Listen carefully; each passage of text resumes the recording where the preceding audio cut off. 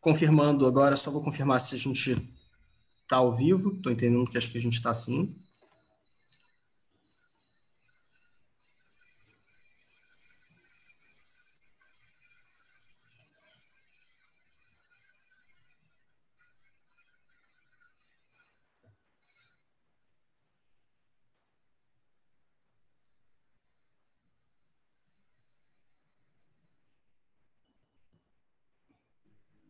Estamos ao vivo. Estamos ao vivo. No Facebook e no Twitch. Bom, vou então dar início aqui. Boa tarde a todos. Meu nome é Miguel Arraes, eu sou aluno de Direito da PUC. Eu vou fazer a apresentação dessa reunião, vou conduzi-la. Eu tenho o imenso prazer de anunciar essa live inaugural da Sociedade Areté de Clássicos, que é uma sociedade fundada por alunos da PUC-Rio, para alunos, com o objetivo de estudar, debater e divulgar os clássicos, os textos clássicos da literatura, filosofia e história greco-latinos. Bom, a nossa sociedade, ela, dentro desses três objetivos, vem desenvolvendo três projetos que eu convido a todos que estão nos assistindo hoje a participar. Tem o Clube de Leitura, que tem um objetivo investigativo, né, de que a gente ganhe intimidade com os textos clássicos. A gente quer ler efetivamente os textos que estão disponíveis. Esse clube vai ser coordenado pelo Tiago Oliveira, que é aluno de Direito na PUC, e orientado pelo professor Remo Manarino, do Núcleo de Filosofia Antiga da PUC-Rio. Tem a revista Areté, vai ser um local onde os alunos poderão publicar ensaios, artigos, textos críticos ou não sobre os textos clássicos. Está aberto para alunos da PUC-Rio, mas também para outras pessoas que desejem publicar na revista. A revista está aberta a todos que queiram participar. E temos o projeto Miesa, que é um projeto voltado para estudantes do ensino médio, né? A gente entende que o ensino médio é um local, as escolas são muito voltadas para o vestibular, mas que podem ter pessoas com interesse de estudar os clássicos, então a gente quer também abrir essa frente, desenvolvendo o projeto Miesa em algumas escolas do Rio de Janeiro. Bom, dito isso, gostaria de dizer que as inscrições para esses três projetos já estão abertas e elas têm fim no dia 7 de outubro. Então, se você tem interesse em participar de algum desses projetos, eu convido você a se inscrever. Os links para o formulário de inscrição estão tanto na nossa página do Facebook quanto na bio do nosso Instagram. Bom, agora indo direto ao ponto do nosso evento, que é o motivo pelo qual estamos aqui reunidos hoje. Eu tenho uma felicidade muito grande de anunciar essa live com o título Narrativas do Mito Grego, que vai ser ministrada pelo professor Antônio Matoso, que é certamente um dos maiores especialistas em língua grega do país. O professor Antônio Matoso se graduou em português e latim pela Universidade Estadual do Rio de Janeiro e se especializou em língua e literatura latina pela Universidade Federal do Rio de Janeiro, em 1996. Ele foi professor substituto de língua latina na UERJ e é professor agregado de língua grega e latina do Departamento de Letras da Pontifícia Universidade Católica do Rio de Janeiro, desde 1995. E é também pesquisador associado do Núcleo de Estudos de Filosofia Antiga da PUC-Rio. Ele recentemente traduziu, junto com Antônio Queiroz Campos, a obra Sobre a Poética de Aristóteles, sendo que foi um dos finalistas para o Prêmio Jabuti de Melhor Tradução. Então, professor, muito obrigado por aceitar nosso convite para participar. A palavra é sua. Bem, inicialmente eu fico muito honrado, né, com o convite, né, e faço votos, né, que a Areté tenha vida longa e que vocês tenham sucesso nessa empreitada. O que me motivou a participar desse nosso encontro hoje, né, foi justamente o interesse de vocês, sendo tão jovens, né, pela cultura clássica, não só o interesse pessoal, mas, sobretudo, no interesse em divulgar, né, as questões, o pensamento, né, da cultura clássica. Isso me motivou bastante, eu fiquei contente demais e me dá uma motivação a mais até para continuar fazendo o que eu faço, né? E acredito mesmo que no momento em que estamos vivendo, né, no mundo todo, né, seja extremamente necessário, né, no momento de crise, né, crise ética de todas as naturezas, né, crise sanitária, né, nós retornarmos lá para a fonte, né, voltarmos à origem, para tentar entender um pouco melhor, né, esse mundo que se apresentou para nós agora. Tá? Como o Arraes falou há pouco, né, seria, né, ele botou um subtítulo, né, mas o título mesmo que eu dei foi o seguinte, foi In Mito Veritas. Tá? Eu quis dar esse título para o nosso encontro de hoje, porque nós temos, né, o senso comum, né, considera, né, aquela célebre frase, é mito ou é verdade? Né? Quer dizer, essa pergunta, né?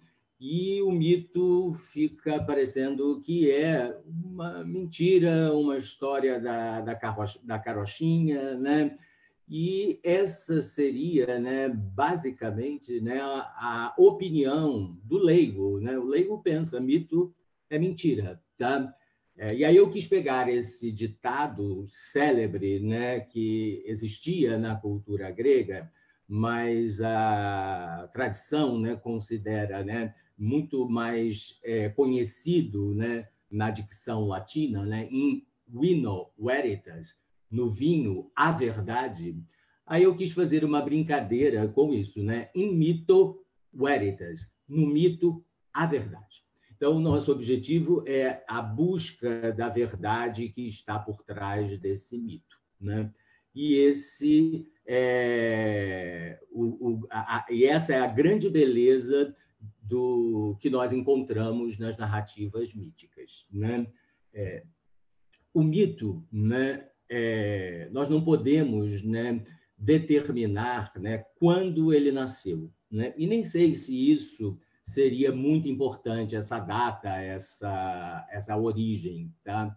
Mas, pensando na cultura grega, nós temos, né, uma certidão de nascimento da crise do mito. E essa certidão de nascimento se dá no século VI, justamente e juntamente com uma nova forma de pensar que se instaura, né, na Grécia. Tá? Essa forma de pensar, né, a tradição denominou os filósofos pré-socráticos, embora eles nunca, né, se autodenominassem filósofos, que é uma palavra que vai aparecer muito depois, nem pré-socráticos ainda, né? Sócrates sequer existia ainda. Eles se consideravam physikoi no grego, né? Físicos, tá? E muitas das suas obras, né, tinham esse título, né? Se é que elas eram intituladas, né? Mas a tradição conhece assim como perifyseos, sobre a natureza. Né? Então, é justamente nesse momento, no século VI, em que nós vamos encontrar críticas muito fortes, né, de Xenófanes, de Cólofon, de Heráclito, de Éfeso, ao mito. Tá? E eu digo, né, que, a partir desse momento, os deuses nunca mais foram os mesmos, nem a mitologia foi a mesma. Né? Agora, nós não sabemos, de fato, e eu particularmente acredito, que essas questões ou essa opinião estava restrita à inteligência, né? Não ao povo que cultuava os deuses. Tá? Então, nós vemos ali até que ponto, né, essa abrangência, né, teria sido, né, muito grande naquele momento na Grécia. Então, a partir desse momento, né, do século VI, em que nós estamos vivendo esse grande conflito, né, entre duas formas de pensamento. Essa nova que está se instaurando, que é esse pensamento considerado filosófico ou lógico, e um pensamento que seria um pensamento mítico, né? Agora, nós vamos voltar no tempo para tentar, né, ver, né, ou determinar quando esse mito surge, né? Quando ele começa a aparecer, né? Aí poderíamos generalizar, não só para a cultura grega, né, mas para a humanidade em geral, né? O mito se considera contemporâneo, né, do desenvolvimento da linguagem. E, como linguagem, entendemos pensamento, tá? Tanto que o mito é a primeira forma que o homem encontrou, né, de pensar. Tá?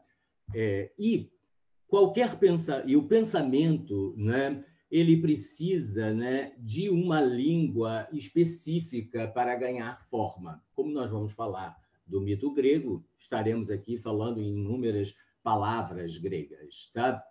Então, nessa distinção que nós estamos concebendo. Tá? Nós estamos concebendo a linguagem como um pensamento e estamos concebendo língua como um sistema. É um sistema operacional por meio do qual o pensamento ganha forma. Tá?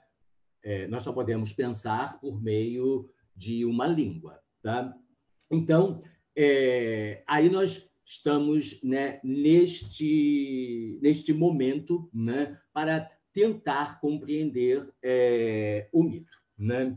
Se nós pensarmos, né, tentarmos, né, compreender o mito e vermos, né, a questão etimológica inicialmente, que é uma das formas, né, também de conhecer também, né, nós vemos que a etimologia ela não vai nos ajudar muito, tá? Porque, segundo os dicionários, né, etimológicos da língua grega, né, eles apresentam uma etimologia obscura. Tá? Então, não sabemos, de fato, qual seria a origem dessa palavra, mythos, né?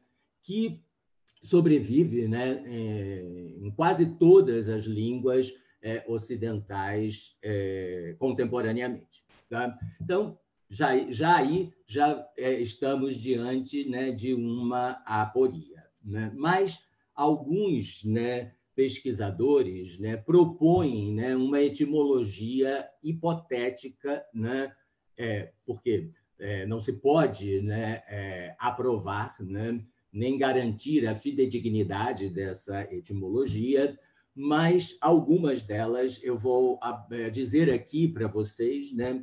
A primeira estaria relacionado, poderia estar, aqui seria interessante nós modalizarmos sempre, porque já o pressuposto é essa noção obscura. Tá? A primeira poderia estar relacionado com o verbo myo, no grego. Né? Então, ó, mythos, myo, que é um verbo que significa assim, fechar, tá? Em relação a qualquer espécie de abertura. E aí estaria no sentido, né, de fechar os olhos ou fechar a boca. Portanto, e aí nós pensaríamos num sentido, daí, guardar um segredo. Tá? Mas nós sabemos, tá, que mito ele fala, discurso. Né? Então, aí nós já vamos encontrar uma incompatibilidade, né? Primeiro, mas é uma etimologia possível, né? Hipotética. Tá? E daí tem duas palavras do grego que sobrevivem na língua portuguesa, tá? Que seria a palavra míope e miopia. Tá? Está relacionada com essas duas palavras, estão relacionadas, né, com essa noção de fechamento. Existe uma outra, né, que aí é mais, né, própria, né, que seria o verbo mytheo ou mytheomai, que significa falar, tá? Mas só um problema aí seria que esse verbo falar, ele provém, é um verbo denominativo, ele provém do nome mythos, né? O nome seria anterior ao verbo, tá? E uma outra possibilidade é o verbo mueo, que seria iniciar, né? E aí nós estamos com o sentido de, por exemplo, mystes, né? Seria o iniciado, tá? Então, esse é o primeiro problema que nós encontramos, né? Essa etimologia que não é atestada, ela é obscura, tá? Aí passamos, né? Vamos agora tentar compreender os sentidos dessa palavra em Homero, tá? Porque Homero ele funda, né, a tradição literária europeia e, portanto, ocidental, né? E ela está registrada ali pela primeira vez, né? Lá nas duas obras de Homero, tanto a Ilíada quanto a Odisseia. Tá? Na Ilíada, essa palavra teria o mythos, tá? Teria o sentido, né, de palavra ou discurso. Tá?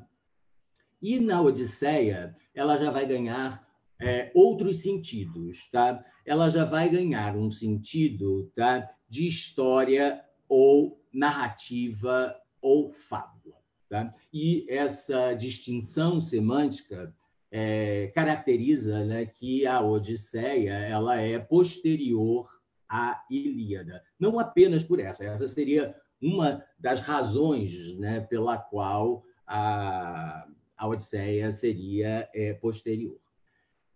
No primeiro sentido que nós encontramos ali na Ilíada, essa palavra é muito importante porque o herói épico, né? Ou seja, Heitor, Aquiles, tá? Ájax, né? Todos esses heróis eles têm uma característica, né?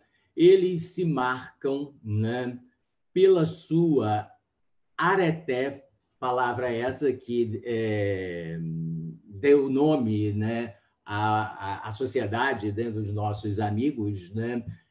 Essa excelência, tá? Essa excelência se dá em duas ordens, tá?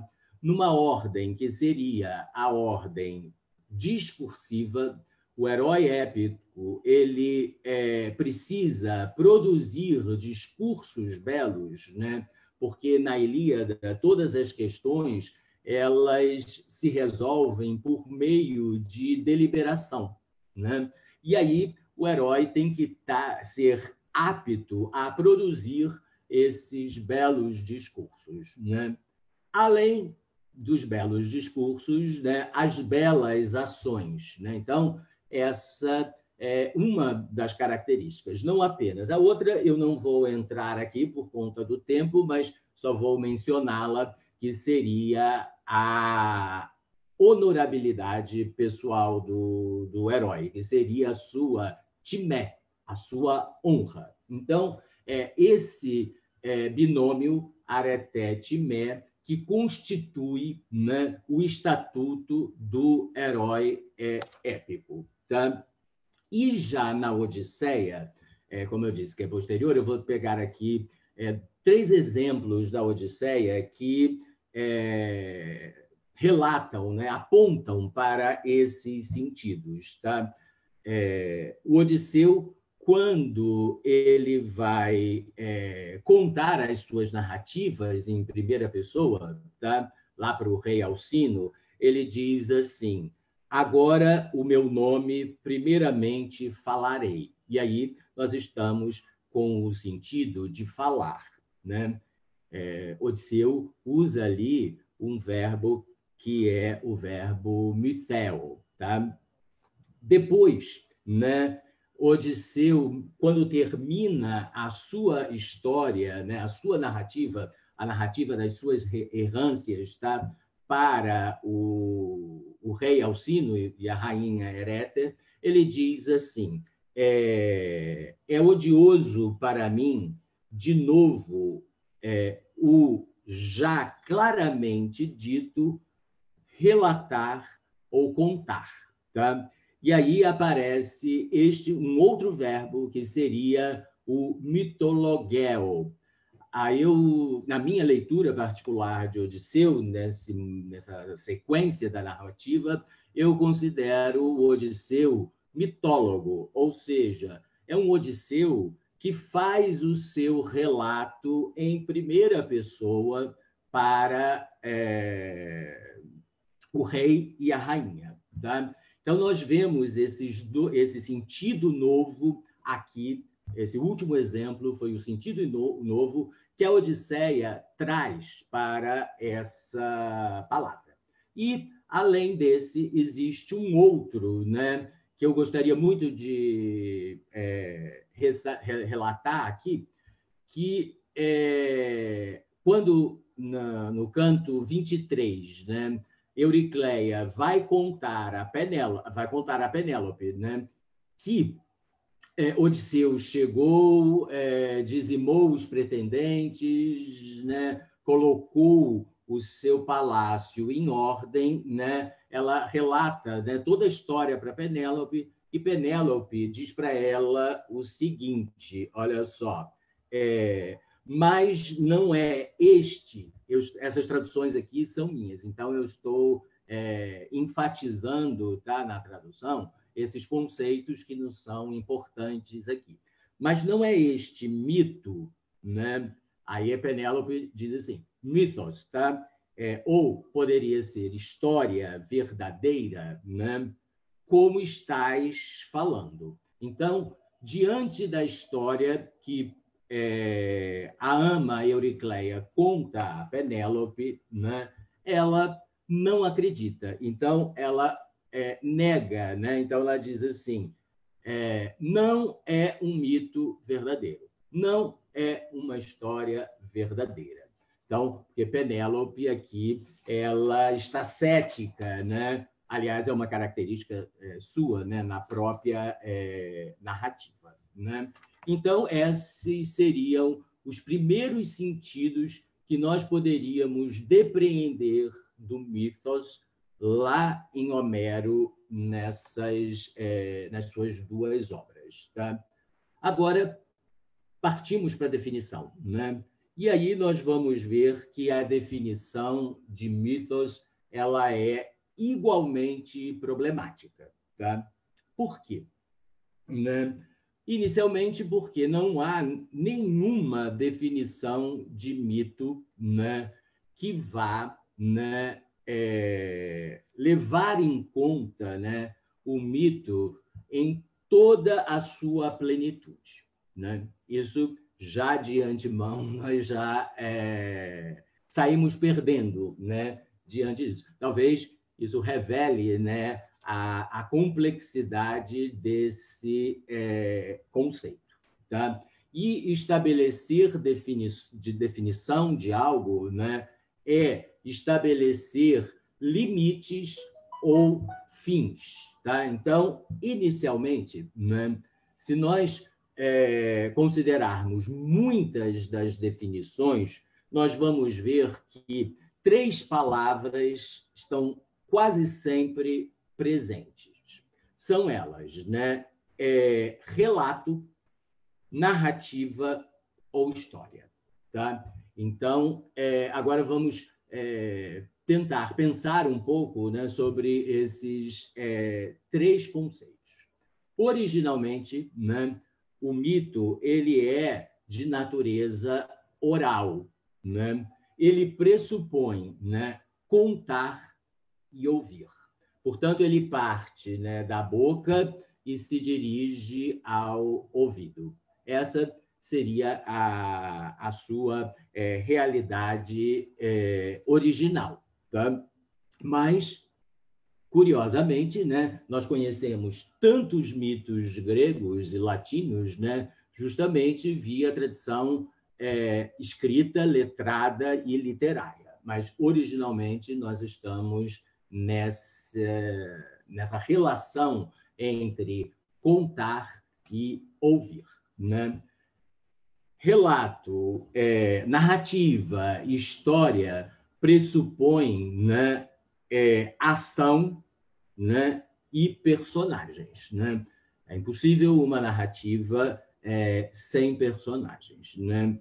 E justamente esse encadeamento de ações, né, que o mito, né, vai apresentar, tá? E, além disso, nós temos os personagens, aqueles que agem, os agentes ou os actantes, né? No livro 2 da República, né, Platão elenca, né, esses personagens, né? Ali ele não está fazendo nada diferente do que apresentar, né, esses personagens segundo, né, o mito das 5 raças lá em Hesíodo. São eles, né, deuses, né? Aí há um conceito, né, de daimones, que alguns traduzem demônios, tá? Mas não o demônio no sentido cristão, seria um daimon, seria um intermediário, tá? Entre os deuses e os homens, tá? Sócrates tem um daimon, ele conversa lá com o seu daimon, né? Aí um exemplo, né? Fazendo um adiantamento, né? Bem grande da ação, que nós não estamos ainda neste período. Ele aponta os habitantes do Hades, tá? Heróis, tá? E homens do passado. Tá? Então, esses seriam, né, aqueles personagens que estão agindo, que estão atuando nessas narrativas. Tá? O tempo é muito distante, tá? Ou seja, seria um passado remoto, tão remoto que nós sequer poderíamos, né, quantificar, né? Nós poderíamos aqui colocar uma expressão latina, né, para dar ideia, tá, desse tempo, né, que seria assim em latim, ab origine, que gerou em português aborígene, ou seja, é um tempo tão longínquo, né, lá desde a origem, que o grego traduz essa ideia por ex arches. Mas essa palavra pode gerar, né, um problema aqui de significação, porque quando nós chegamos lá na filosofia pré-socrática, né, esses físicos, né, eles vão procurar uma arché também. Só que essa arché lá tem um sentido de principium, né, que o latim botaria como principium, tá? Mas esse tempo, né, muito, muito distanciado do narrador e do ouvinte do próprio mito, né? E esse espaço também é um espaço muito longínquo. Essas duas características, né, personagens, tempo e espaço, eles não são contemporâneos nem ao narrador, nem ao ouvinte, né? Então, nós vemos aí um distanciamento, né, absoluto, né? E o que é que o mito, né, transmite? Né? O que o mito relata? Né? Ele relata, né, o que é digno de ser conservado na memória, né, de uma determinada cultura, né? O seu passado, por exemplo. Né? Então, uma palavra aqui que não seria uma palavra boa, né? Porque seria arquivo, né? Nós teríamos esse arquivo, mas arquivo para nós pressupõe letramento, né? Você teria, né, todas essas informações guardadas, né? Mas do ponto de vista do mito, seria originalmente transmitidas de forma oral, tá? Então, ele guarda, né, a memória, né, de uma determinada cultura, né, de um determinado povo, né? E agora nós vamos passar aos conteúdos desse mito. Eu estou tentando, né, aqui, através dessas categorias que nós estamos apresentando, tentar compreender o que seja mito, né? E demover essa ideia, né, de que mito é mentira, né? Quanto aos seus conteúdos, né, ele pode ter um conteúdo que seria o cosmogônico. Eu vou acender a luz aqui um minutinho, que eu acho que está um pouco escuro, pelo menos eu estou me vendo de forma escura. Acho que assim melhora um pouco, né? Um dos conteúdos, né, e eu coloquei esse como primeiro, porque eu vou estabelecer uma distinção entre o princípio e o fim, né? Seria o conteúdo cosmogônico, né? Ou seja, o que seria esse conteúdo? Seria aquelas narrativas que vão tratar da origem do universo, né? Como o universo surgiu. O cosmos, né, não existia, não era, passou a ser, ganhou ser, né? Depois nós teríamos um outro conteúdo que seria o teogônico, né? Esse conteúdo relata, né, não só o nascimento dos deuses, mas a união entre os deuses, tá? Depois nós teríamos os mitos antropogônicos, né? Como nasceram os homens, né? Depois, um outro conteúdo seria um mito soteriológico, né? Um mito que vai tratar das iniciações, tá? E um mito também, um outro conteúdo seria o conteúdo etiológico, que vai justificar a causa das coisas, o porquê que as coisas são assim, tá? E por final, aqui longe de esgotar, tá? Todos os conteúdos, mas, né, estou apresentando alguns, mas o que eu intencionalmente deixei, né, para as extremidades, né, seria o cosmogônico, que seria, do ponto de vista, né, da distância, o mito, né, mais longínquo, né, porque está se relatando, né, como o universo ganhou ser, né, como ele passou a existir. E, por último, o mito escatológico, que vai relatar justamente o fim último do cosmos, do universo, ou do próprio homem. E aí nós estamos diante, né, basicamente de especulações, né? Nem a física contemporânea, né, tem, né, plena ciência, né, do surgimento do universo, né? E o que acontece, né, ao homem após a morte continua nos intrigando a todos ainda hoje, né? Então, nesses dois momentos, né, tanto, né, no início quanto ali no final, tá? Mas algo comum que nós vimos, né, nessa nomenclatura, que é muito importante, esse elemento de composição na língua portuguesa, que você teria assim, ó, teogônico, antropogônico, cosmogônico, né? Esse gônico aqui está ligado com o verbo, que é este verbo, né, do nascer, tá? E aí nós vamos ver uma oposição, tá? Aquele momento lá de crise que eu chamei a atenção lá no século VI, tá? Nós vamos ver uma diferença entre os contadores de mito, né?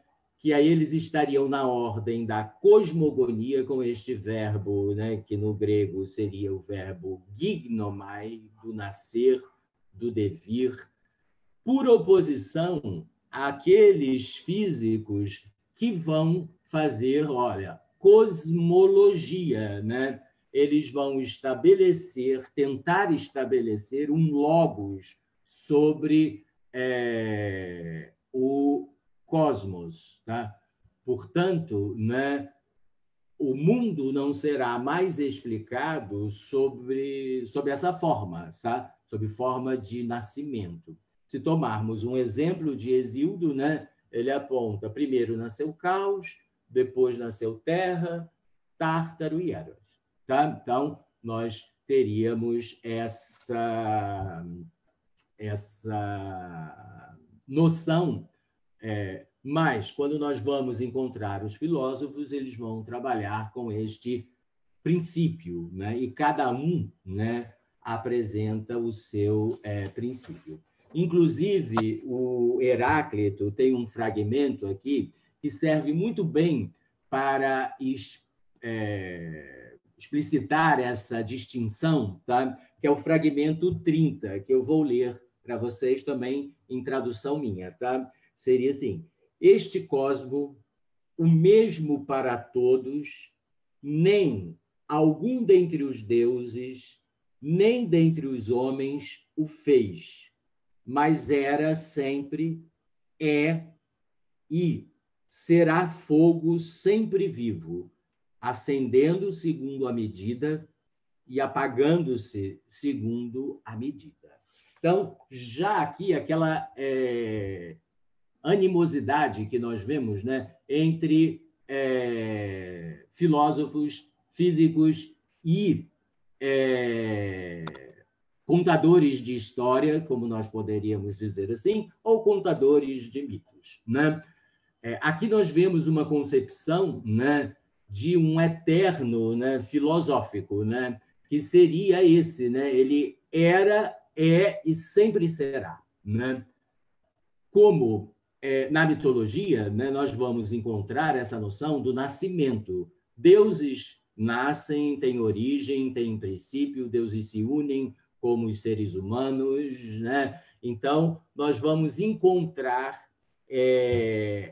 um ponto de partida, né, existente através do nascimento. E esse nascimento, à exceção desse, né, que Hesíodo não diz, do cosmo, da Terra, do Tártaro e do Caos, né, os outros nasceram. Todos os outros terão uma origem, né, seja através de uma geração espontânea, né, seja através da cópula entre deuses, tá? Eles têm princípio. A diferença entre aqui que nós podemos ver, né, entre o eterno, né, filosófico que vimos aqui nesse exemplo de Heráclito, tá, e o eterno na mitologia, é que os deuses não morrem, né? Então, nós teríamos essa distinção. E o eterno, para a filosofia, é esse: era, é e sempre será, né? E tem algo também interessante que nós podemos ver aqui em Hesíodo, né? Nessa afirmação que ele faz, que é interessante, porque ele diz assim no seu verso: primeiramente nasceu Caos, né? Ele aponta, né, esse princípio, esse nascimento. Que bom que ele o fez, porque senão ele ia, né, apontar, né, uma origem infinita. Se ele dissesse de onde nasceu o caos, né, ele teria, mas de onde nasceu quem gerou o caos? De onde nasceu o pai do caos? Ele teria um regressum ad infinitum, tá? Ao mesmo tempo que ele faz, no seu termo, né, na sucessão das gerações, Zeus, né, é o soberano eterno, tá? Ele nunca será destronado. Então, a possibilidade de destronamento que havia de Zeus foi neutralizada pelo próprio. Que bom que Hesíodo fez isso, porque nós podemos considerá-lo como um princípio de soberania eterno. Então, vocês podem perceber que são procedimentos, formas, né, de pensar diferentes, né? Os que apontam, né, que os conteúdos do mito, esses, né, que apontamos há pouco, né, não são importantes, tá? Ressaltam, né, que o que é mais importante no mito seria a sua função, né? Porque ele seria, né, um paradigma, né, para todas as atividades humanas significativas. Tá? Então, por meio dessas categorias, tá, nós estamos tentando, né, compreender o que seria o mito. Agora eu vou dar uma definição, que é uma definição de que eu gosto muito e que é uma definição citada num livro de um mitólogo alemão chamado Walter Burkert. Não é dele, tá? Ele faz uma citação de um autor que seria assim, Wilhelm Schaap, tá? Ele diz assim, e para mim essa é a melhor das definições que eu jamais li sobre o mito, tá? Ele diz assim, mito, isso entre aspas, tá? Que isso aí é essa citação que o Burkert faz do Schaap, tá? Mito é saber por histórias, tá? E o que nós devemos procurar nesses mitos é justamente o que há de saber, né, por trás dessas histórias, né, por trás das narrativas, tá? E tem no mito, né, no mito não só a verdade, mas há também uma forma de conhecimento que é diferente do conhecimento filosófico. Depois, se o professor Remo estiver aqui entre nós, tá? Ele poderia tentar, né, falar um pouquinho dos procedimentos lá do conhecimento filosófico, né? Se nós pensarmos, né, no verbo, né, na palavra narrativa e no verbo narrar, né, esse verbo ele provém do latim narrare, idêntico à língua portuguesa, né?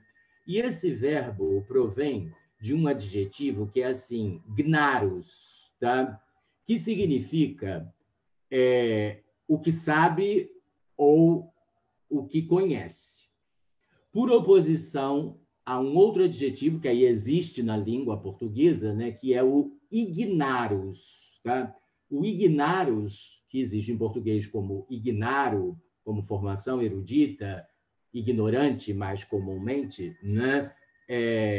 E além essas noções que nós vemos no verbo narrare, de contar, relatar, existe um sentido que é muito importante para nós aqui, olha só, que é o sentido de dar a conhecer, tá?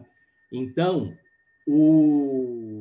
a narração e narrativa como um ato de narrar seria um ato também de conhecimento, tá? Ele é esse ato de conhecimento na medida em que ele relata eventos, tá? E se nós percebermos aqui, na própria aquela definição que eu apontei do Schaap há pouco, né? Mito é um saber por histórias, né?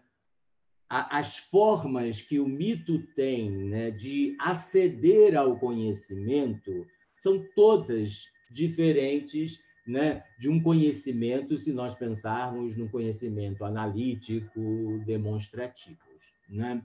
Mas ambos, tanto o mito, com as suas características, né, quanto a filosofia, né, com o pensamento filosófico, com as suas, né, características e formas, elas também darão conta do conhecimento. Então, eu, particularmente, não penso, né, que mito, né, seja inferior ao conhecimento filosófico. Eu acredito piamente que são duas formas de conhecimento, porém diferentes. Tá? Esses mitos e os poetas que fazem uso do mito, para mim, eles são considerados como pensadores plásticos, né? Ou seja, que do verbo plasmar, que dão forma, né? Quanto pensadores diegéticos, narrativos. Tá? Eles pensam pelas categorias da narrativa, mas ambos vão tentar explicar o mundo. Tá? E, inclusive, nós temos um outro fragmento, um filósofo também de que eu gosto muito, né? Embora ele atinja, né, muito, né, os poetas. Né? Um outro fragmento aqui de Heráclito, né, para estabelecer essa distinção entre essas formas de pensar, no fragmento 57, Heráclito diz assim, ó, mestre de muitíssimos, Hesíodo, creem ele saber muitas coisas. Né? Ele, aqui agora no singular, Hesíodo, né? Que dia e noite não os reconhecia. Né? Então, Hesíodo, né, na sua teogonia, ele diz que, né, a noite gerou o dia, né? Mas Heráclito diz que noite e dia, ele diz, é um. Né? Então, né, nós teríamos, né, essa distinção, tá, aqui entre essas duas formas de pensar. Né? O pensamento que seria mítico, um pensamento simbólico, imagético, e um pensamento que é analítico e demonstrativo. Tá? Com isso, né, com que nós acabamos, né, de comentar, uma outra questão que seria correlata a toda essa, né, ela se insere aqui, ela se instaura nesse momento. Né? Se nós estamos falando de deuses, né, a noção de religião, né, torna-se, né, importantíssima aqui para nós. Né? E existe, né, a etimologia e o conceito de religião. Esse aí é bastante conhecido. Né? Mesmo quem não sabe latim sabe o conceito, né, de religião, que religião estaria ligado ao verbo religare, né, que seria atar, né, ou ligar, né, e a religião seria, né, o fato, né, de se ligar, né, o homem se ligar, se conectar, né, em face aos deuses. Né? Agora, cabe para nós a nossa pergunta, né? Como, né, isso se daria? Isso se dá por meio do ritual. Né? Essa seria, né, a acepção mais conhecida, mais difundida, né? Mas existe um linguista francês, tá, chamado Émile Benveniste, né, que ele propõe uma etimologia diferente e ele explica por quê numa obra chamada assim, O Vocabulário das Instituições Indo-Europeias. Tá?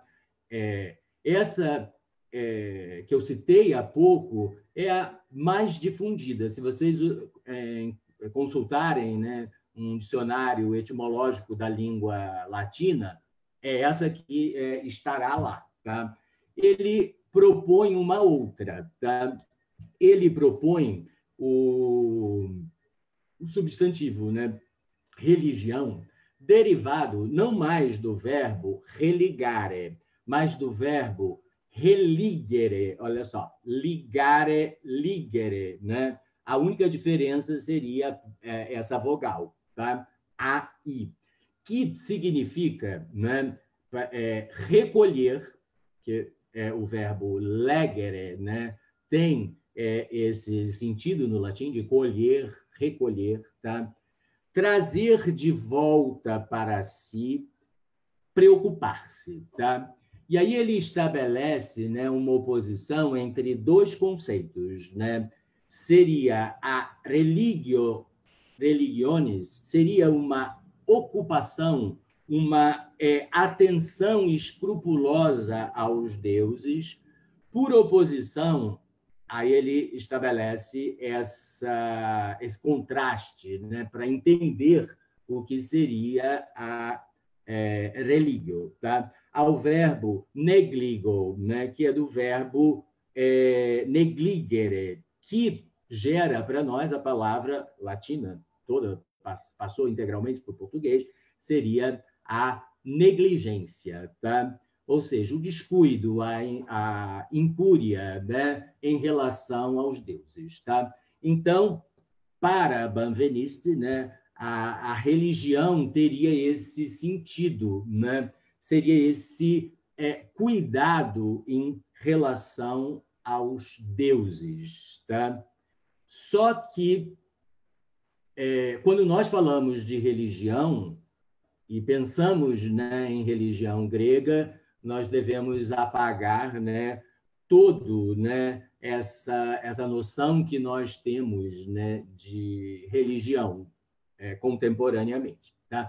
Primeiro que a religião grega é uma religião cívica, né? Ela não se fundamenta em crença, né? Ninguém é obrigado a crer na salvação da alma, a crer nos deuses, mas o cidadão grego, isso sim, ele é obrigado. Ele é obrigado a participar do culto, tá? Ela se baseia, a religião grega, ela se baseia na prática. Ele é um exemplo claro disso, não sei se aqui alguém já leu uma tragédia de Eurípides chamada As Bacantes, tá? Que logo no início, né, Penteu ele resiste ao culto de Dioniso, que é um deus novo que está chegando à cidade, né? E ele não quer participar, né, dos rituais a Dioniso. Cádmo e Tiresias dizem para ele: olha, se paramenta, se veste de bacante, vai, sobe ao citerão e celebra o Deus. Isso é suficiente, né? Mas, né, Penteu resiste, mas aí seria outra história, né, para nós contarmos aqui, vai nos desviar, tá, do nosso trajeto.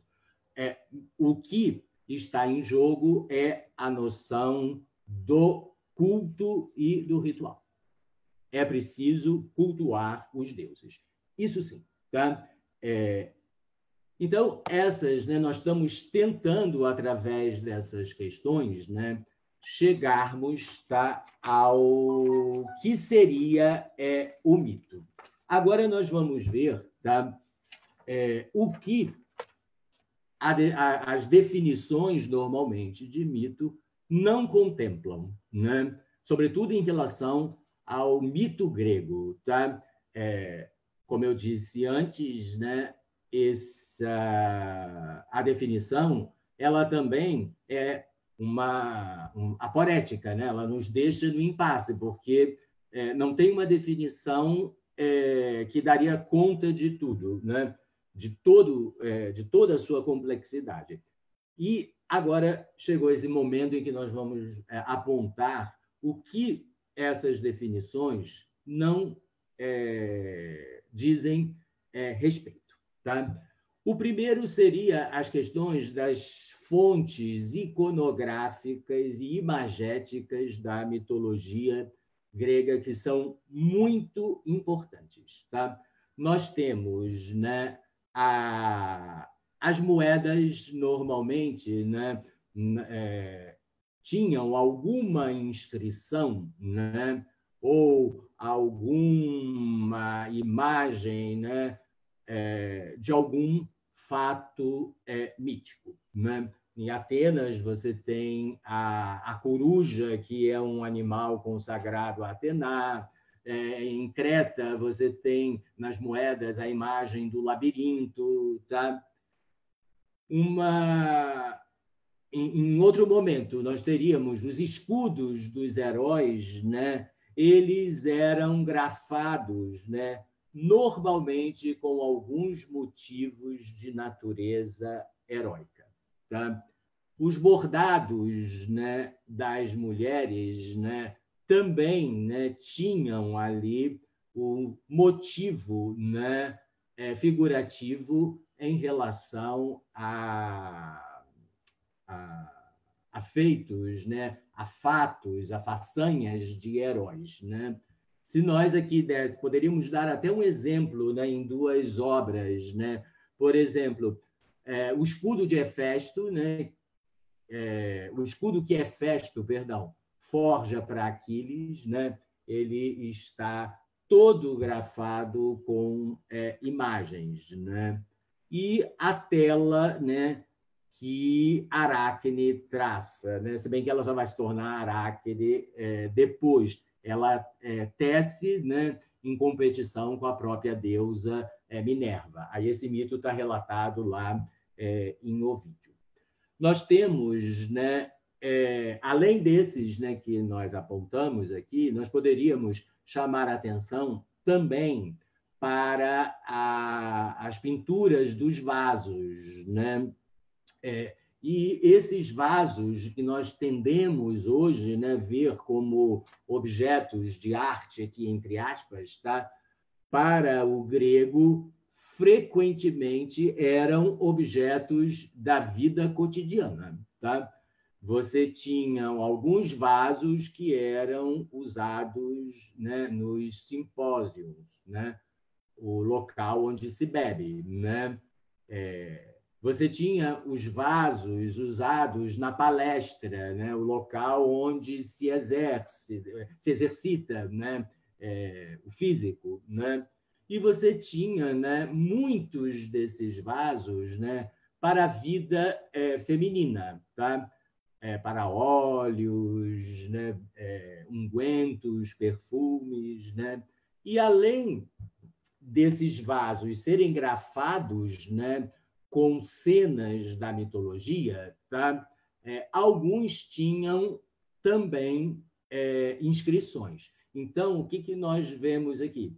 Que o universo da mitologia, né, permeia o cotidiano, né, do cidadão grego, né?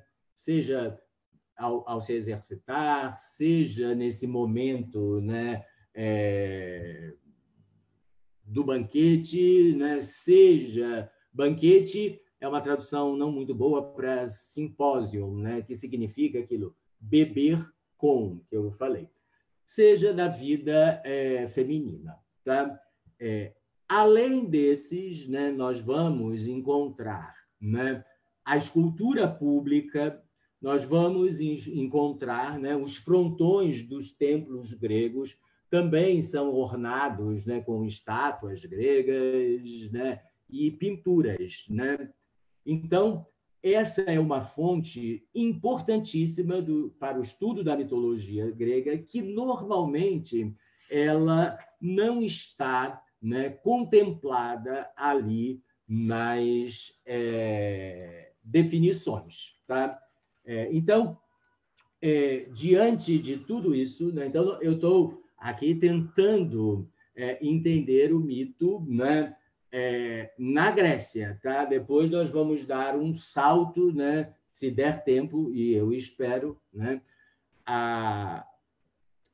e a transmissão do mito, né, além dessas que eu acabei de falar aqui, existia uma transmissão que aí o próprio Platão apresenta ali naquele célebre livro 2, né, da República, em que Platão está funcionando quase como um teólogo, não no sentido teólogo como nós compreendemos hoje em dia, não como ele próprio o compreende. Tá?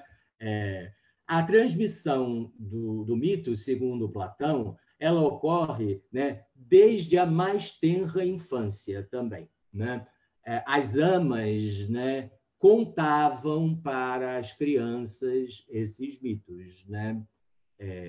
E é justamente aí que ele entra e começa a censurar, né, os mitos que não devem ser contados para as crianças. Tá? Então, a transmissão começa em casa, tá? Com as amas, né? Os anciãos, né, que tinham, né, guardavam, né, os guardiões da tradição, né, da cultura, eles têm uma importância fundamental nessa preservação, né, da cultura, né, oral e da transmissão dos mitos, e existia uma transmissão que era de ordem pública. Né? Se nós pensarmos ali as grandes Dionísias, né, os grandes festivais da tragédia ática, né? E aí essa não seria da ordem privada, mas já seria assim da ordem política, né? Porque o calendário, né, das tragédias, né, ele era determinado, né, segundo, tá, as normas da cidade. Tá? Os festivais ocorriam em data precisa, tá? E esse grande, né, esse último que eu falei, inclusive, era um grande evento de Atenas. Né? Embaixadas estrangeiras vinham para Atenas, né? Atenas, né, disponibilizava todos os tributos que ela recebia para a população e para os que estavam presentes, né? A encenação. Então, público e político. Tá? Então, nós teríamos, né, essa característica. Então, isso esgotaria, né, o que nós teríamos, né, para falar do mito lá na Grécia. Mas, né, esse mito, né, que nós vimos que começou a cair em descrédito lá no século VI, né, ele só vai resgatar, né, né, todo o seu esplendor, toda a sua dignidade só nessa passagem para o século XX, tá? Quando o mito passa a ser estudado e considerado como ciência. Tá? Antes de chegarmos a esse conceito, né, que nós vamos ver agora como ciência, nós só poderíamos colocar aqui, né, já que falamos, né, de mito, né, falarmos de mitologia, né, os dois sentidos de mitologia, como nós entendemos, né, a mitologia. Nós tanto compreendemos a mitologia quanto essa coleção de mitos, né, de um determinado povo, de uma determinada cultura, quanto nós compreendemos quanto um estudo que se vai fazer, um logos, né, que a gente pretende estabelecer sobre o mitos. Né? Toda aquela parte inicial seria essa noção que nós estamos tentando, né, estabelecer e compreender esse logos. Tá? Então, a mitologia guarda esses dois sentidos. Tá? E, agora sim, cheguemos ao século XX, né, nesse momento, né, de transição, né, e isso se deve, né, às primeiras escolas. Né, a primeira, né, foi a escola do ritual de Cambridge, que eu não vou tocar muito, mas uma outra, né, que é muito importante, que seria a escola simbolista, né, que seria de Freud, Jung, né, que Freud é um dos primeiros que faz essa relação, né, entre mito, né, e psicologia, né? E aí nós vemos, né, que o Freud vai estabelecer o seguinte, né, que o sonho, né, seria o mito de um indivíduo, de um particular, porque ele exprimiria, né, uma libido pessoal. Tá? E a questão do Freud está sentada, né, nessa libido, né, que o libido se manifesta assim, sob a forma dessas pulsões, né, e simbólica, né? Se manifesta de forma simbólica porque, segundo Freud, ela seria reprimida. Tá? E, do ponto de vista freudiano, nós poderíamos compreender o mito, né? Seria um sonho, né, coletivo, um sonho de um povo, porque ela exprimiria uma libido, tá, coletiva, uma libido de uma cultura, né? E eu comumente digo, né, que aí tentando, né, adaptar essa noção freudiana aqui, os gregos, né, enquanto cultura, né, enquanto um povo, eles sonharam muito bem, né? Olha só, quase que não deixaram nada de novo para nós contemporâneos, né? Então, essa seria, né, esse seria o resgate que o mito vai fazer. E um outro, né, seria um conceito fundamental, né, seria o conceito lá de Jung, né, que Jung, né, estabelece, né, uma relação, né, entre inconsciente, né, e a noção que ele traz de novo em relação a Freud, né, seria a noção de um inconsciente coletivo, né, a noção de arquétipo, né? Essa relação, Jung diz que ela não é verbal, tá? Ela se manifesta também por imagens e símbolos, né? Só que, segundo Jung, eles não seria reprimido, né? Então, o conteúdo, né, do inconsciente seria, né, imagético ou simbólico. E aí ele concebe a mitologia da seguinte maneira, né? Como um relato verdadeiro, mito é verdade, como relato verdadeiro do inconsciente. Tá? Então, seja, né, o que há por trás, né, de todas essas histórias que são contadas, seja, né, através dessa escola simbolista, né, que entende a mitologia como uma outra forma de expressão, através de imagens e sonhos, né, nós podemos ali concluir, né, que in mytho veritas, tá? No mito, a verdade. Tá? Então, para não me estender muito, nem cansar muito vocês, né, porque eu sei, né, que ouvir, né, só sem estar presente, né, pode ser um pouco cansativo. Espero que não tenha cansado vocês, mas tendo trazido algo interessante para essa tarde, né, de sábado. Tá? Então, agora eu acho que nós abrimos, né, um pouco, né, segundo o João me falou, para um pouco de perguntas, né?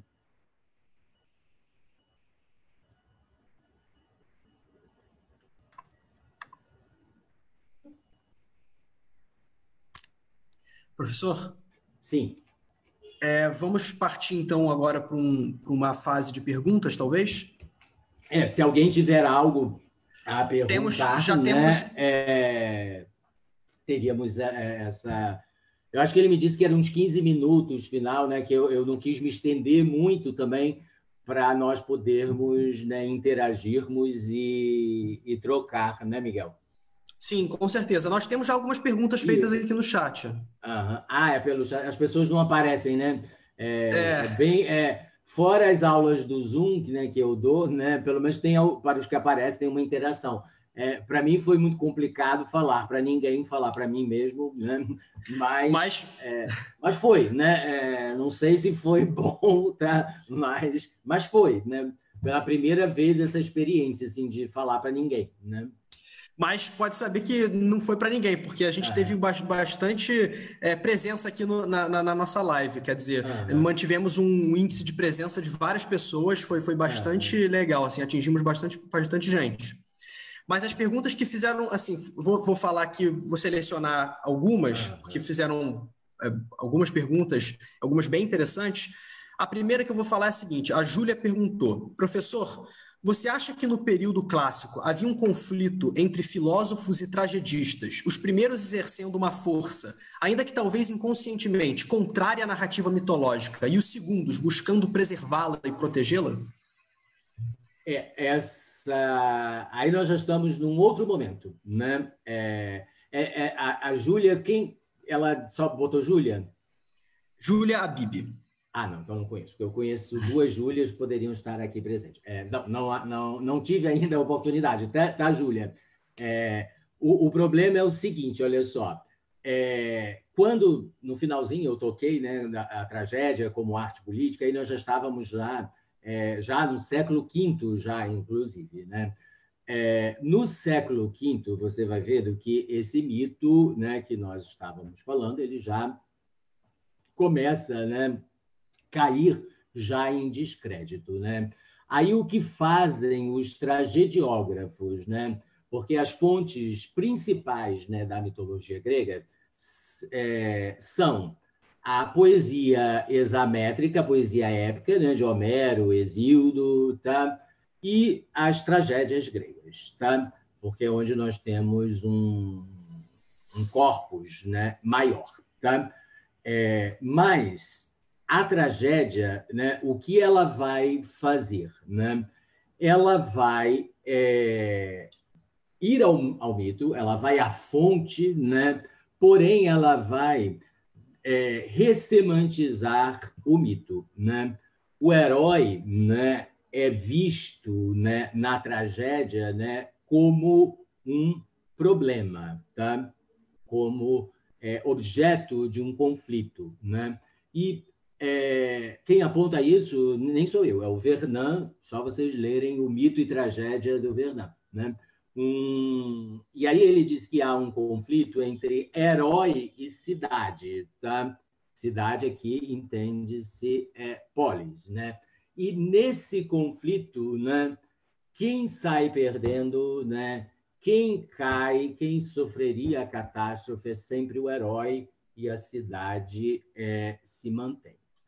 E além, Júlia, além dessa questão que você estaria apontando, né, eles, como eu disse, eles vão voltar a esse passado heróico, porém sob a forma de conflito. Mas existe um nexo, tá, conceitual entre o mito, né, e o tratamento que o herói, que o autor, poeta trágico, está dando àquele mito e a situação que a cidade está vivendo. Tá? Então, hoje em dia se fazem pesquisas nesse sentido, de procurar o nexo, tá, entre, né, o mito escolhido, o tratamento que o poeta deu e a situação que a cidade, né, estaria vivendo e passando.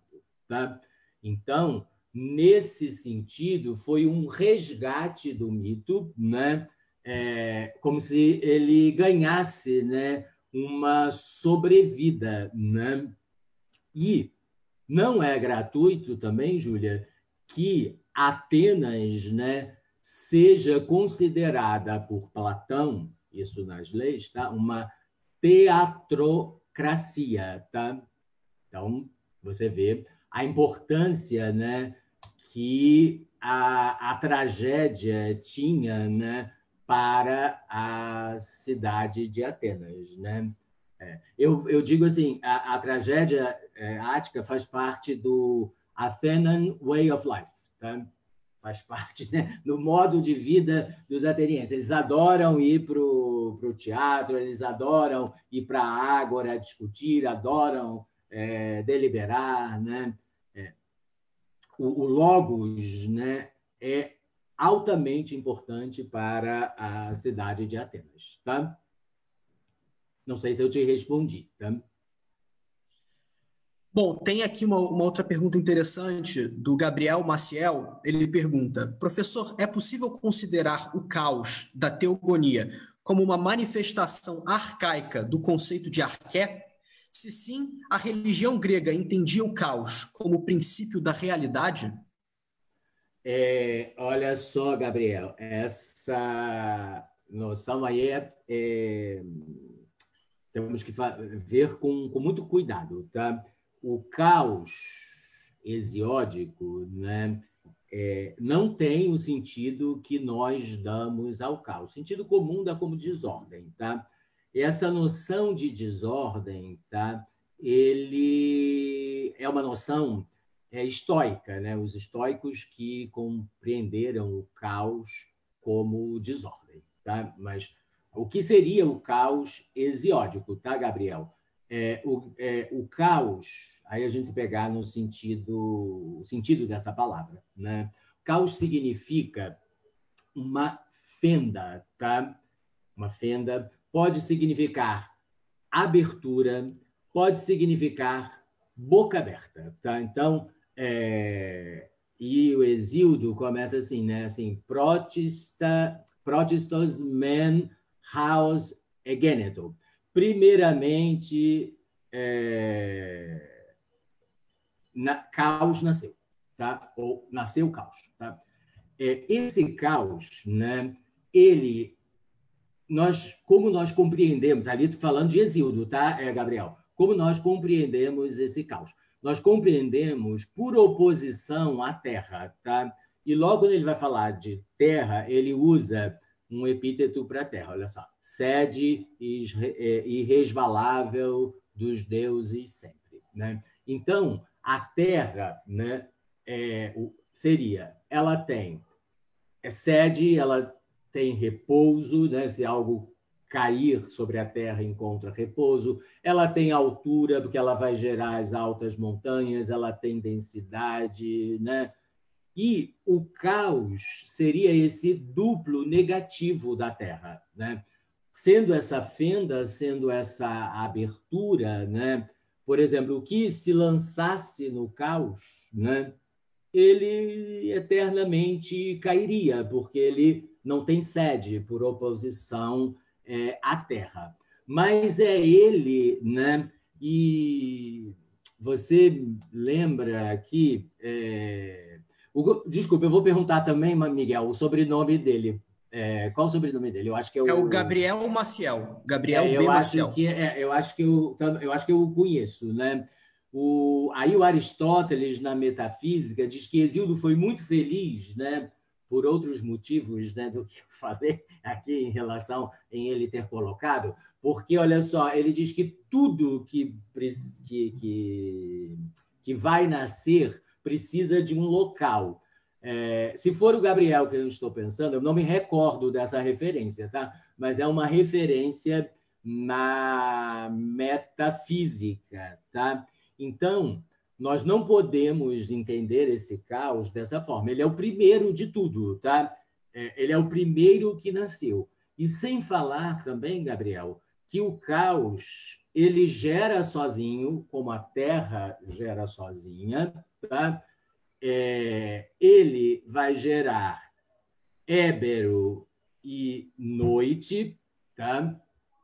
Ébero, escuridão profunda ou escuridão absoluta, noite, escuridão relativa, né? A noite sucede o dia, né? Aí, érebo e noite vão se unir, é que vão gerar o dia e o éter, tá? Então, eu acho difícil, né, nós considerarmos esse caos, porque ele é o primeiro. E em toda a narrativa, né, se você observar, né, a descendência do caos nunca vai se unir com a descendência da terra, tá? Do céu e da terra. Tá? Do céu e da terra descendem os deuses olímpicos e nós outros humanos. Tá? A descendência do caos ela é totalmente separada. Eu acho que nós teríamos de compreender, viu, Gabriel, o caos no sentido hesiódico, tá? Não o que nós supomos ou pensamos ser o caos, mas como o Hesíodo o concebe. Tá? E aquilo que eu disse, agora isso daí não está em Aristóteles. Tá? Se ele tivesse dado uma origem para o caos, que bom que ele não deu, ele ia ter de fazer isso até o infinito e não teria fim. Porque quem gerou. Ele não diz, ele diz, nasceu o caos.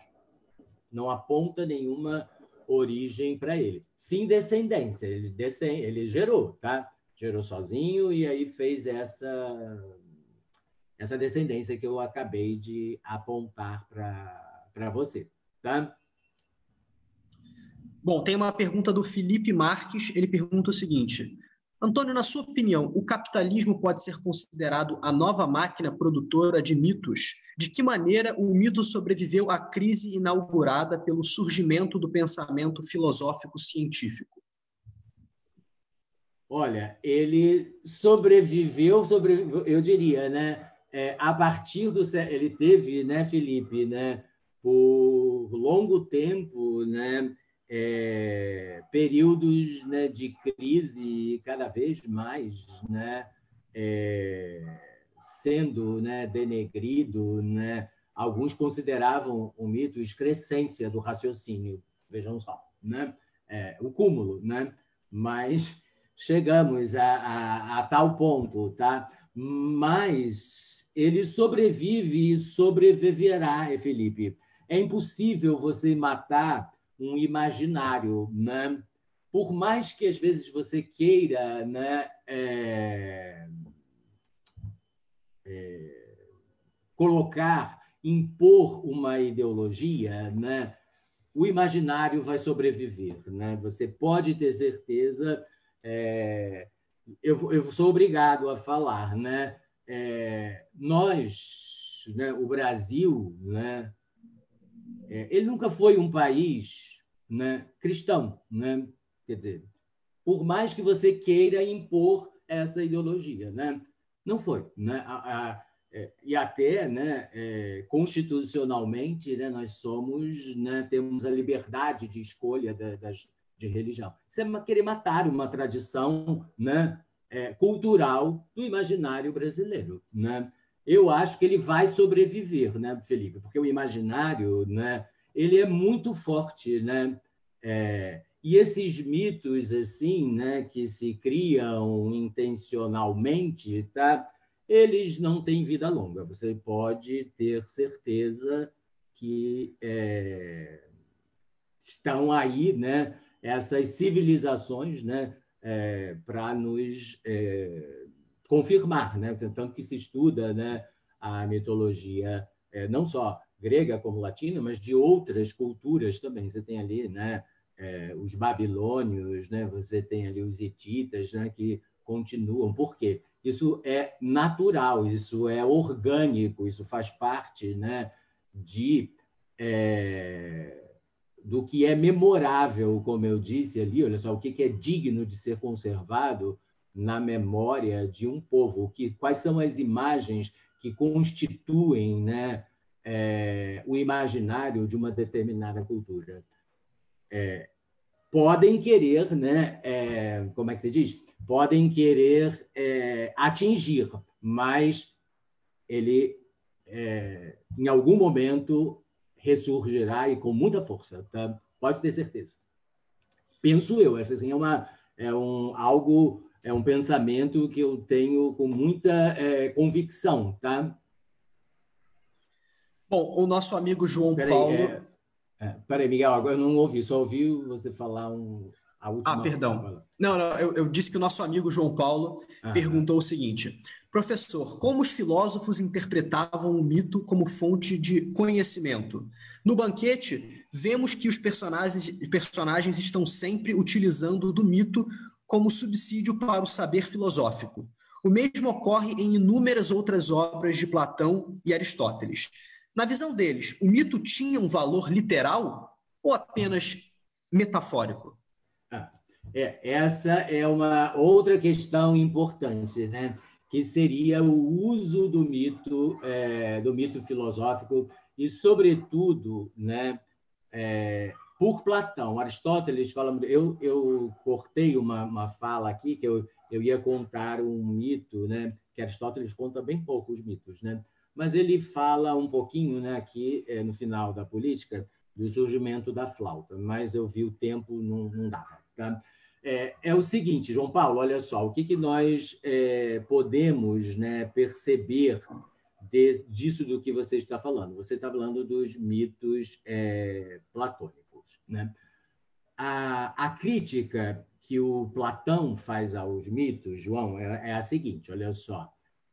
Nós vimos, né, que esse mito está num passado, né, e num espaço muito longínquo. Né? E, do ponto de vista, né, dessa distância, né, nós não podemos, né, verificar, né, a veracidade, né, desse fato ou desse acontecimento, né, dada essa sua distância. Né? Então, isso já é uma primeira questão que Platão, né, fica meio, né, com o pé atrás em relação ao mito, né, nesse mito tradicional. Tá? Depois, uma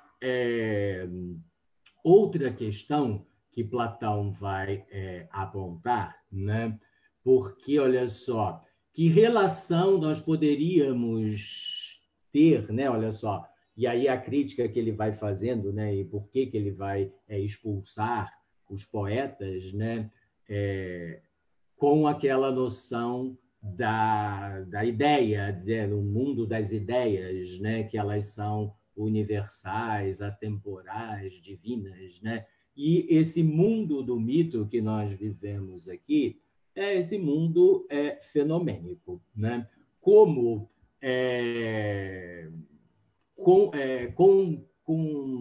compatibilizar essas duas ideias, né? A ideia dessa narrativa, né? A ideia plástica de símbolos, de imagens, né? Concretas, né? Com essa ideia lá, né? Imaterial, né? Que seria o mundo das ideias, né? Inteligível apenas, né?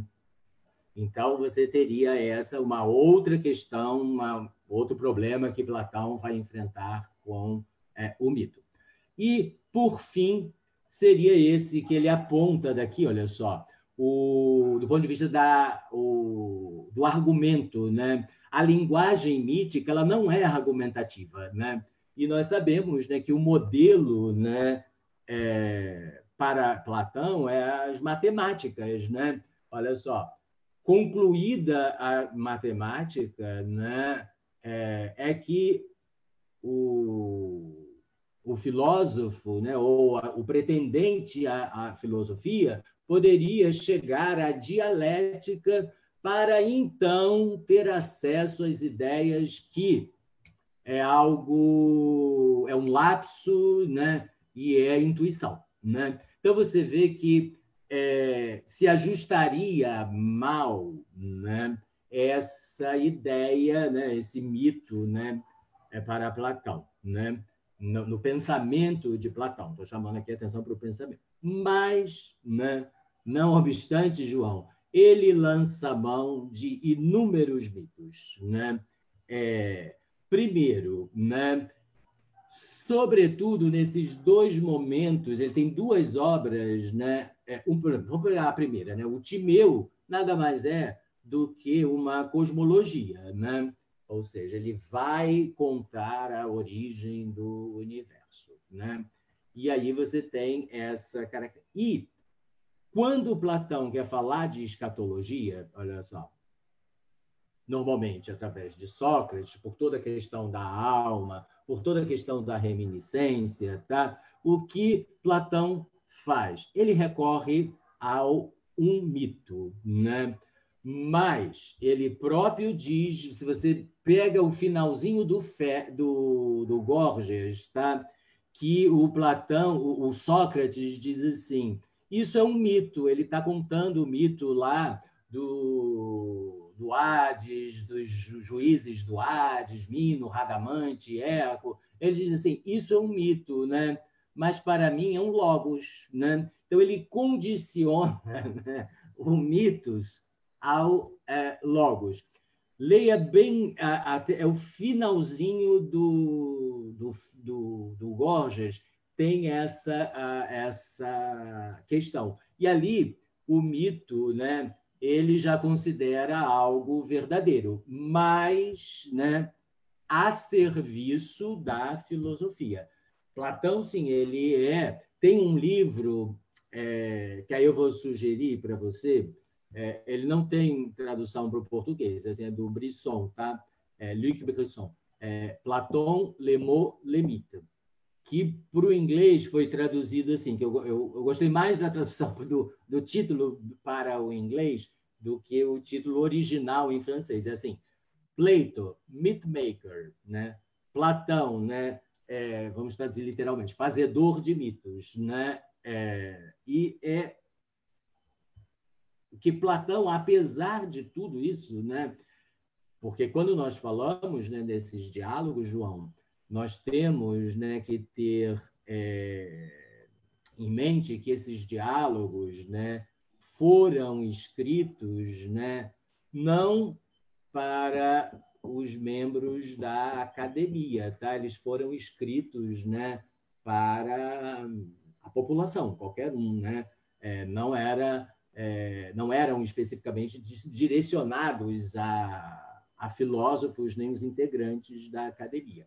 E outra coisa, né? Olha só, o que Platão faz? Ele utiliza a mimesis, né? Ele faz uso da mimesis, né? Você tem um personagem, Sócrates, né? Alguns diálogos são diretos, né? Não tem nenhum um narrador, né?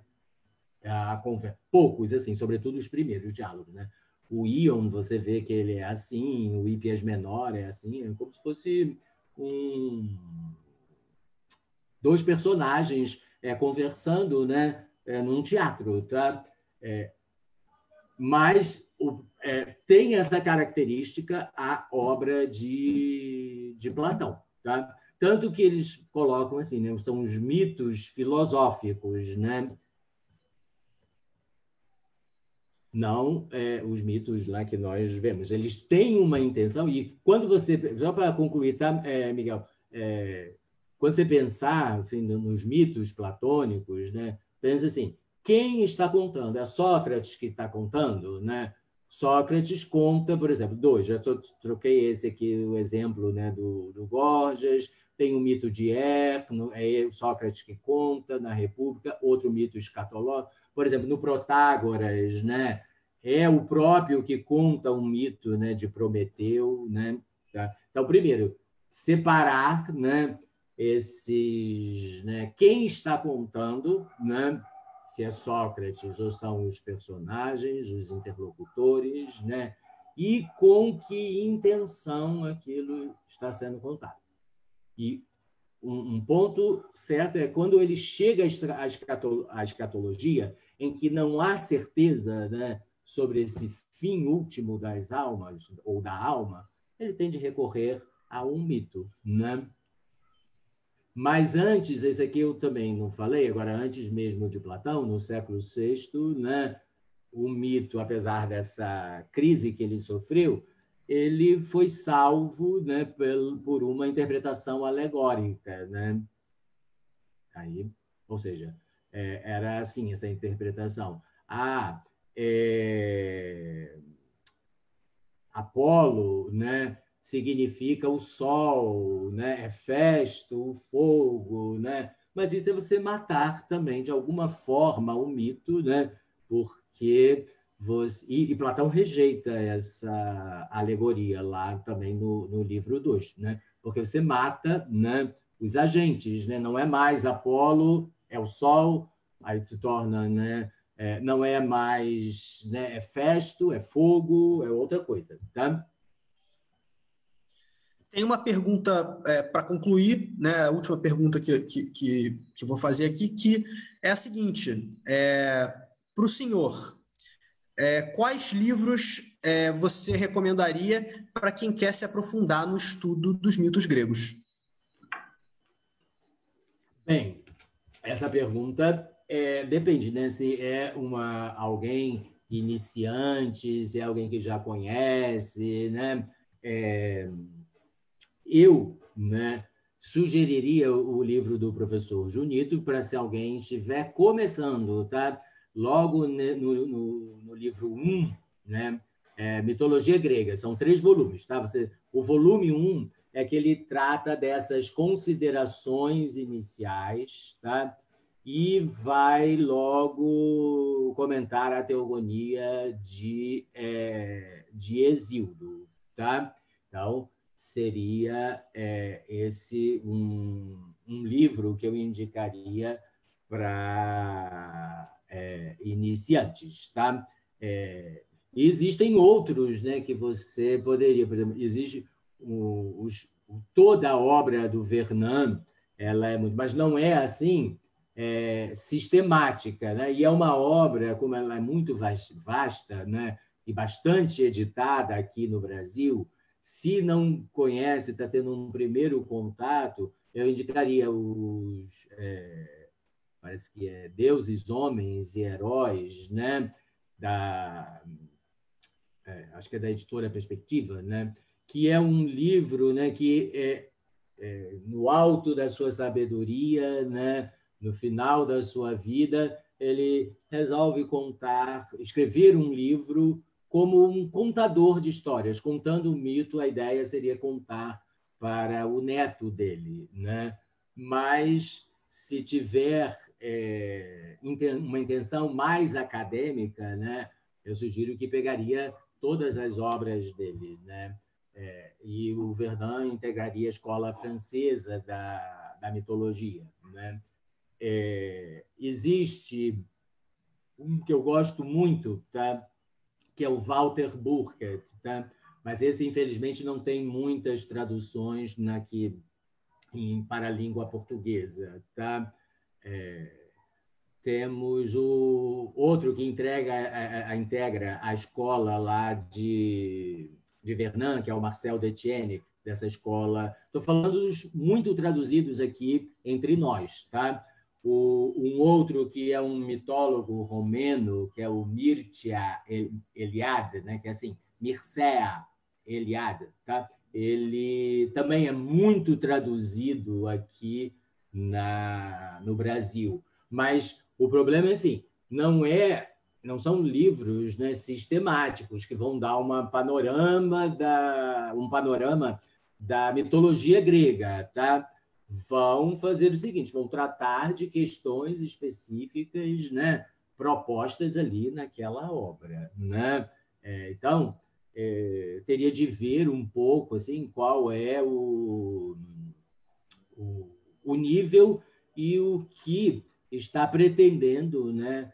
Se quer uma leitura mais fluida, mais agradável, eu indicaria esse do Vernon e do professor Junito, né? Se quiser uma leitura mais acadêmica, né, formal, eu indicaria aqueles outros autores.